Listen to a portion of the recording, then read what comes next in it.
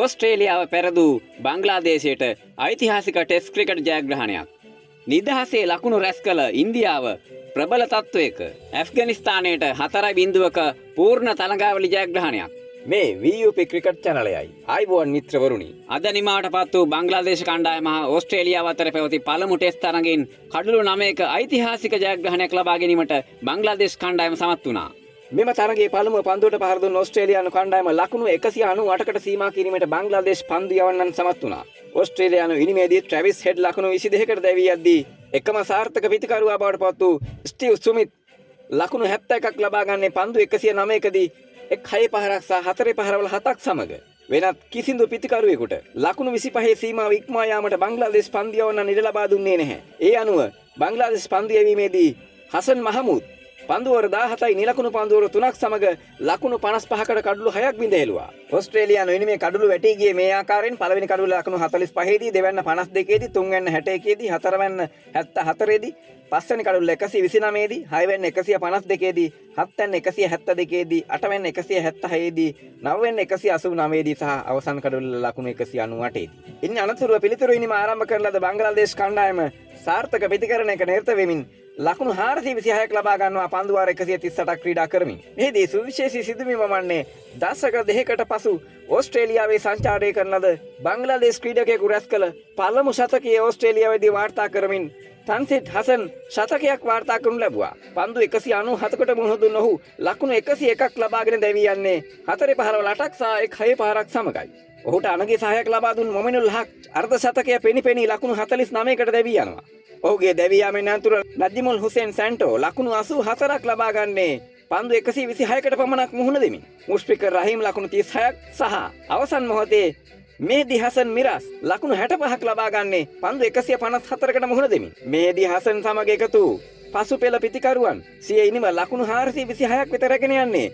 හසන් මහමුද් ලකුණු 14ක්, තාජුල් ඉස්ලාම් ලකුණු 17ක්, තස්කින් අහමඩ් ලකුණු 14ක් වශයෙන් ලකුණු රැස් කරමිනුයි. ඔවුන්ගේ කඩළු වැටීම සිදුවන්නේ මේ ආකාරයෙන් පළවෙනි ලකුණු 36 දී, දෙවැන්න ලකුණු 138 දී, තුන්වැන්න 231 දී, හතරවැන්න 297 දී, පස්වැන්න 306 දී, හයවැන්න 308 දී, හත්වැන්න 354 දී, අටවැන්න කඩුල්ල 372, නවවැන්න 418 සහ අවසන් කඩුල්ල 426 දී වශයෙන් පන්දු යැවීමේදී ඕස්ට්‍රේලියාවේ ජොස් හෙසල්වුඩ් සාර්ථක පන්දු යැවීමකට නිරත වෙමින් පන්දු වාර 28යි නිලකුණු පන්දු වාර 3ක් අවසානයේ ලකුණු 89කට කඩුළු 6ක් ලබා ගැනීමට සමත් වුණා. අවමන් සහගත ඉනිමක පරාජයෙන් බේරීම සඳහා සිය දෙවැනි ඉනිම ආරම්භ කරන ද ඕස්ට්‍රේලියානු කණ්ඩායම සියලු දෙනා දැවී රැස් කර ගන්නා ලද්දේ ලකුණු 284ක් පමණයි. දෙවැනි ඉනිමේදී කැපී පෙනෙන ඉනිමක් ක්‍රීඩා කළ කැමරන් ග්‍රීන් ලකුණු 104ක් රැස් කරනු ලැබුවා. මීට අමතරව ස්ටීව් ස්මිත් ලකුණු 44ක් සහ ඇලෙක්ස් කේරි ලකුණු 30ක් රැස් කරනු ලැබුවා. පන්දු යැවීමේදී නැවතත් සාර්ථක වූ හසන් මහමුද් පන්දු වාර 19ක් තුළ ලකුණු 56කට කඩලු 3ක් විඳහෙළුවා. දෙවැනි ඉනිමේ වැඩිම කඩුලාභියා වූ මෙහෙදි හසන් මිරාස් ලකුණු 66කට කඩලු 5ක් විඳහෙළුවා. ඒ අනුව බංග්ලාදේශ කණ්ඩායමට ජයග්‍රහණය සඳහා අවශ්‍ය වූ ලකුණු 57 එක කඩුල්ලක් පමණක් දැවී යමින් බංග්ලාදේශ කණ්ඩායම ලබා ගන්නේ ඓතිහාසික ටෙස්ට් ක්‍රිකට් ජයග්‍රහණයක් කැංගරු දේශයේදී අත්පත් කර ගනිමිනුයි.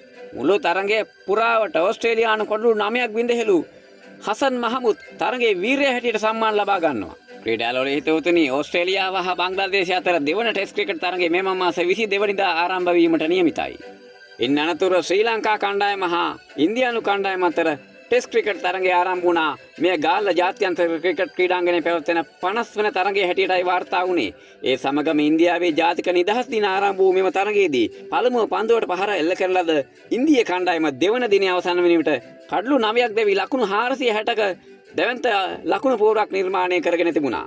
ඉන්දිය ඉනිමේ වැඩිම ලකුණුලාභියා වූ දේව්දුත් පඩික්කල් ලකුණු 167ක් ලබා ගත්තේ පන්දු 230කට මුහුණ දෙමින්. 4 පහර 15ක් සහ 6 පහරක් ඔහුගේ ඉනිමට ඇතුළත්. කේල් රාහුල් ලකුණු 82ක් රැස් කරා. පන්දු 175 කඩුල්ල රැඳී සිටි ඔහු 4 පහර 10ක් සහ 6 පහරක් එල්ල කරනු ලැබුවා. මීට අමතරව රිෂාබ් පාන්ඩ් ලකුණු 39ක්, දරු ජුරෙල් ලකුණු 51ක් වශයෙන් ලකුණු රැස් කරා. පන්දු යැවීමේදී ප්‍රභාත් ජයසූරිය පන්දු වාර 39කදී ලකුණු 109ට කඩලු 4ක් බිඳහෙලා තිබෙනවා.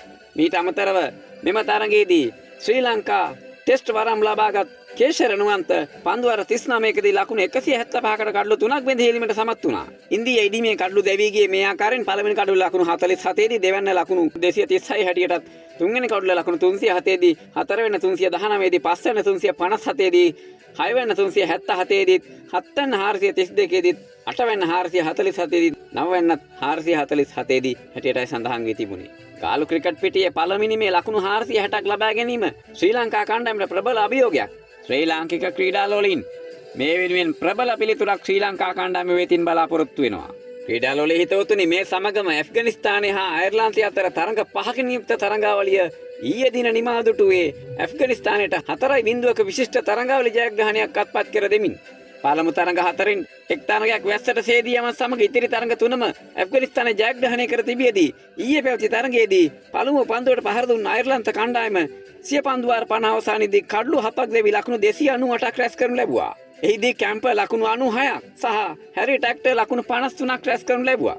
කඩලු 4ක් පමණක් දෙවි ලකුණු 302ක් ලබා ගැනීම එම ඉලක්කය පහසුවෙන් ජය ගැනීමට ඇෆ්ගනිස්තානු කණ්ඩායම සමත් වුණේ රහමට් ෂාගේ ලකුණු 143ක දැවැන්ත ඉනිමත් සමගයි. ඔහු පන්දු 133කදී රැස් කරගත් මෙම ඉනිමට 4 පහර 13ක් සහ 6 පහරවල් 2ක් එල්ල කරනු ලැබුවා. සිදිකුල්ලා අට්ල් ලකුණු 98ක් රැස් කරේ පන්දු 112කදී. 4 පහර 7ක් සහ 6 පහර 3ක් ඔහුගේ ඉනිමටත් ඇතුළත්. යනු කඩලු 6කින් මෙම තරගයේ ජය ගැනීමත් සමග තරගාවලිය 4-0ක් හැටියට ඇෆ්ගනිස්තානය ජයග්‍රහණය කරා. ප්‍රිය මිත්‍රවරුනි, එදිනෙදා සජීවී ක්‍රිකට් තරඟ තොරතුරු දැන ගැනීම සඳහා VUP ක්‍රිකට් channel එක subscribe කර තබා ගන්න හැටියට ආරාධනා කරමින් අදට ඔබෙන් සමුගන්නම්. ඔබ සැමට සුබ දවසක් වේවා.